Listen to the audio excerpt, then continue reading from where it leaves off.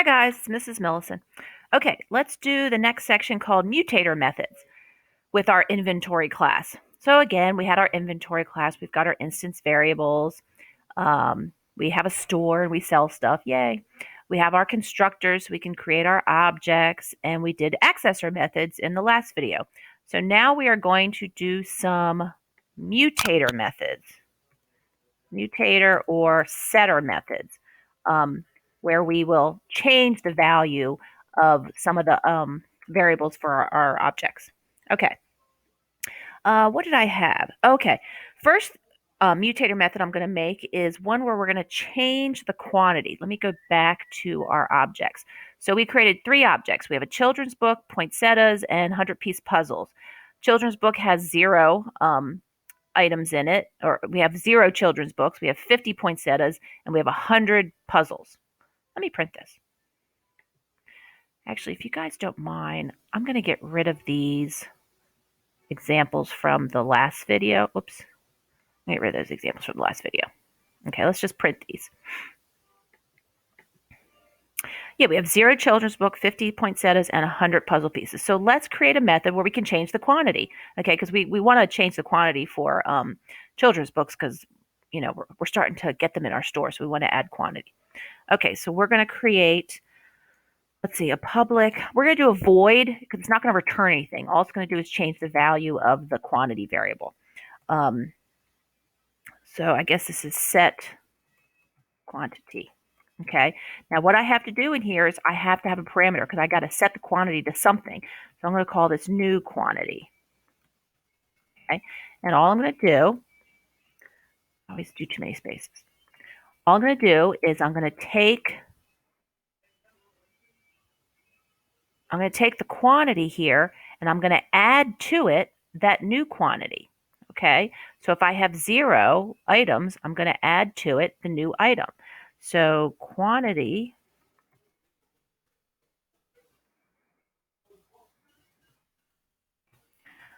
plus, oh my goodness, plus equals new quantity. Oh my goodness, guys. Okay, so now the quantity for whatever object I run this on will be increased by that new amount. Okay, let's run it. Let's try it. Okay, let me come back over here.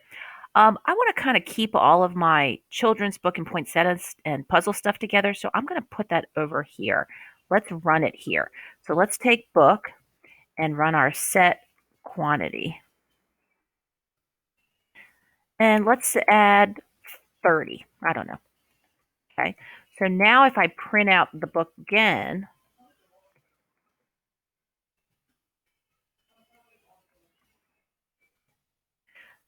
I should see my quantity increase from 0 to 30.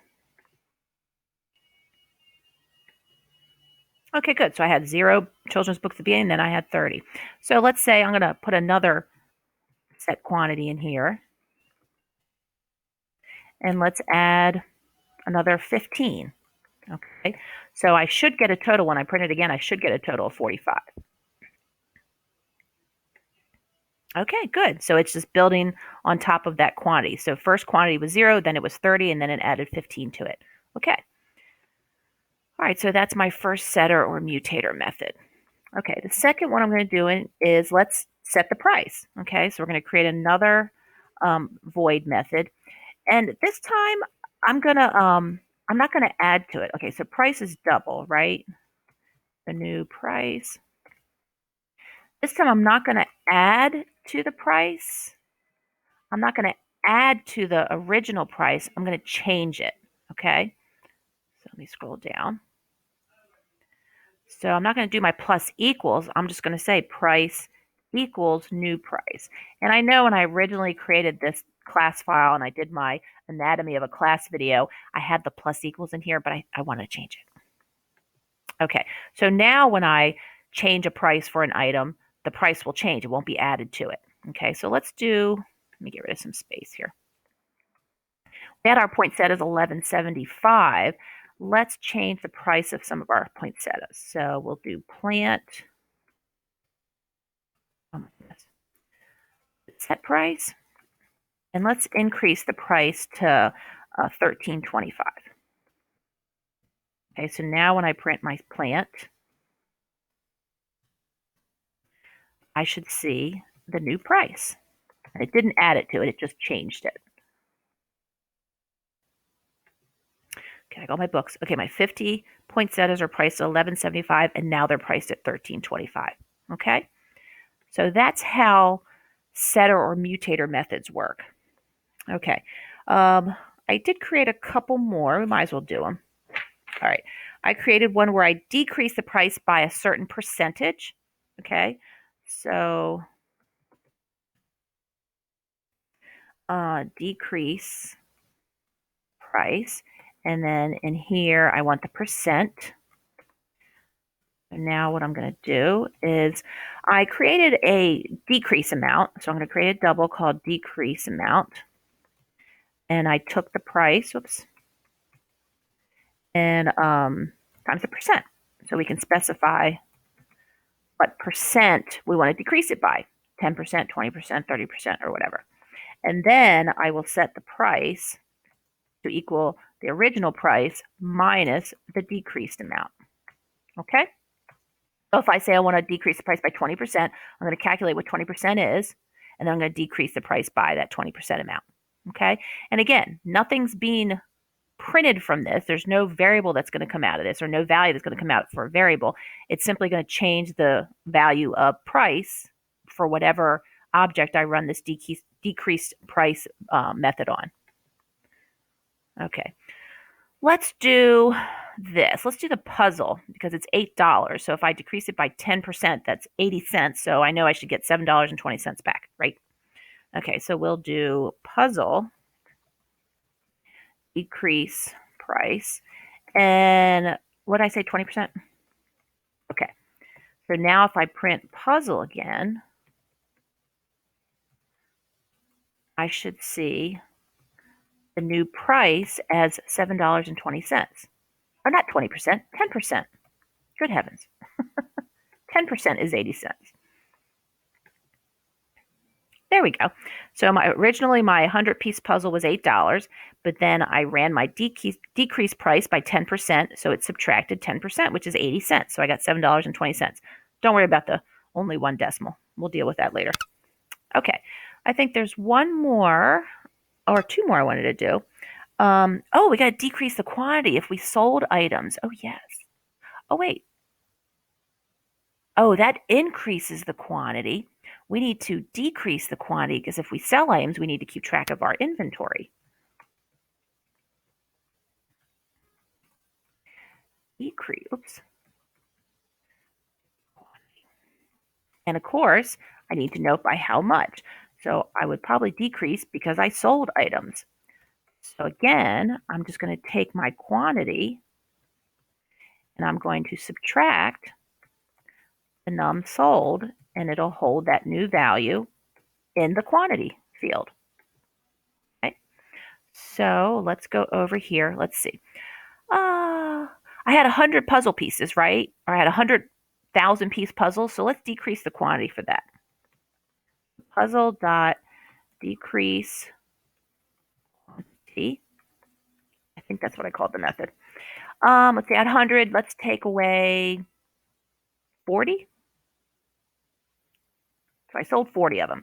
So I should have 60 left. Of course they sold. They went on sale, right? I decreased the price.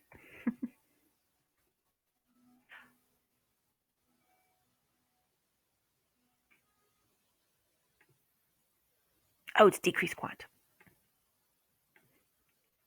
I knew I forgot the name. All right, there we go. Okay, run. There we go. So I decreased the quantity from my 100,000 piece puzzles by 40. So I got 60 left. Price is still $7.20. I didn't change the price. Okay, good. All right, last mutator method I'm going to make is let's set our sale price. So the sale price is going to be based on quantity. So basically, if I have less than 20 items of something, look over here. If I have less than 20 items of something, I want it to go on sale for half price. Okay. If I have between 20 and 30 of something, I want it to go on sale just a 20% discount. Okay, so I want it to be 80% of its original price. So let's set some quantities here so I know these will work. Okay, we're in our puzzles. Let's deal with our puzzles. Let's decrease our puzzle quantity. Let's see, I've got 60 now, so I want to get less than 20. So let's sell 50 more. So that way I should have 10 left over.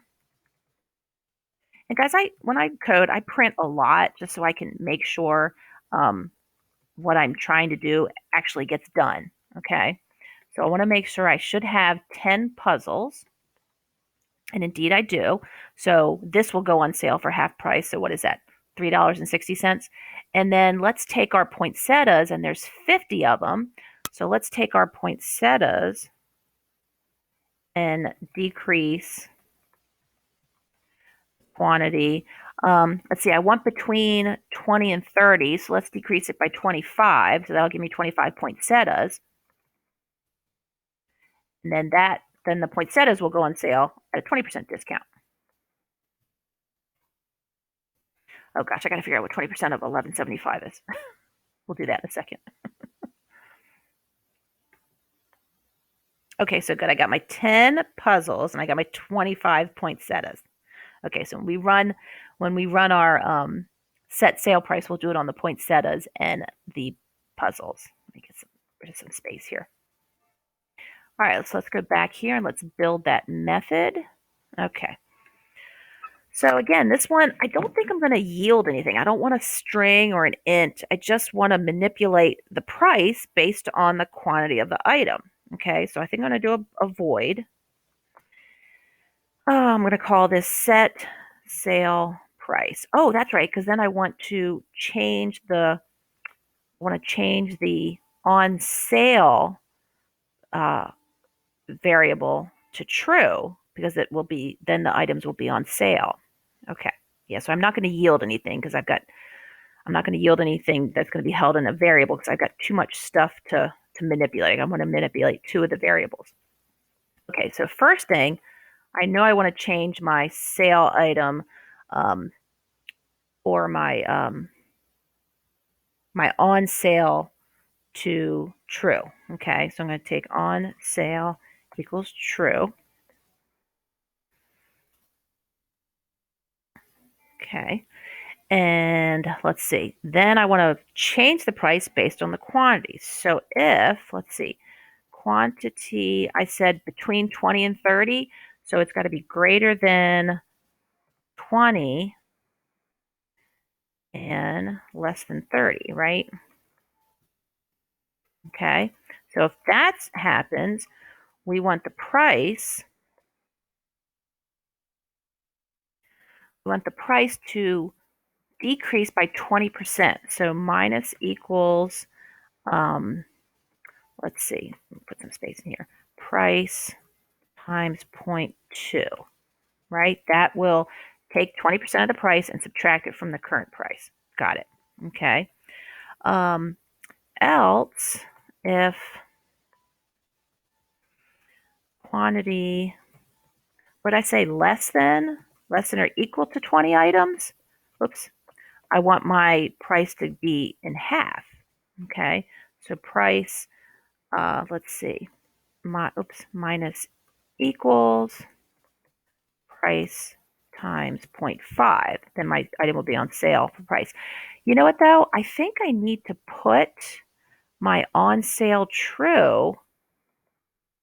I think I need to put this inside my if and else statements because say the items, I've got 50 items. I don't want it to go on sale. So I think I'm going to take this and I'm going to put it in each of these parts of my if else statement because like I said, if I have more than 30 items, I don't want it to be on sale. And the way I had that worked, the way I had that written, no matter what object I ran this method on, it was going to turn it on sale. And I don't want it on sale.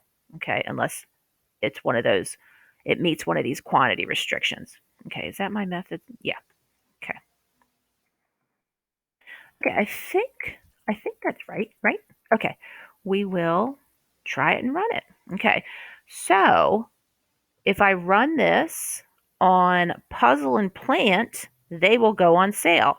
Plant will go on sale by 20% discount, and my puzzles will go on sale by 50% discount. But my books, because I have 45 of them, should not go on sale. So actually, let's do all of them. Okay. So if we do, let's see, book, is that the name of the method? I can never remember. Set sale price, yes. Let me just write them all and then I'll print them.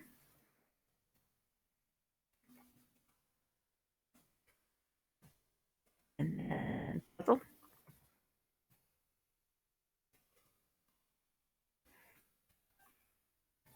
So if I do all these and then I print my book, my plant, and my puzzle, I should not see a discounted price for book, and it should still say on sale is false.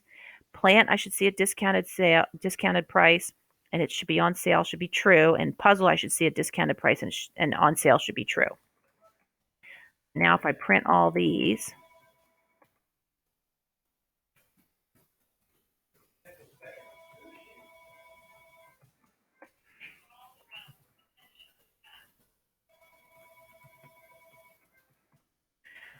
okay, puzzle, and I know I made a mistake there. Let me fix that. Okay.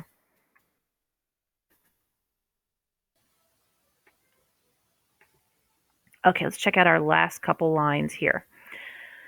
45 children's books are still priced at zero. Oh, I never changed the price, did I? And they're not on sale. Okay, because I have too many of them. I have 45 of them. My 25 poinsettias are priced at a 20% discount.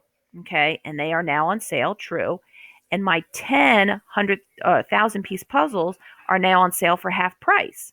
Okay, because they were originally $7.20. Now they're $3.60, and they are also on sale. True. Okay. So it looks like my method worked. Okay. So these were all, again, mutator methods. I modified something. Okay. And you'll notice a lot of them are void. Matter of fact, are all of them void? Yes. Every single one of my mutator methods was void because I actually didn't yield anything from them. I was modifying values of different variables for the whatever object I was running the method on. Okay. Okay, so these are our mutator methods, and they can get a lot more complicated with if-else statements. We could probably put loops in there later on when we do some other stuff.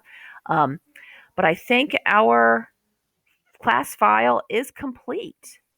Okay, so we started with our instance variables. We had our constructors. We created some accessor and getter methods.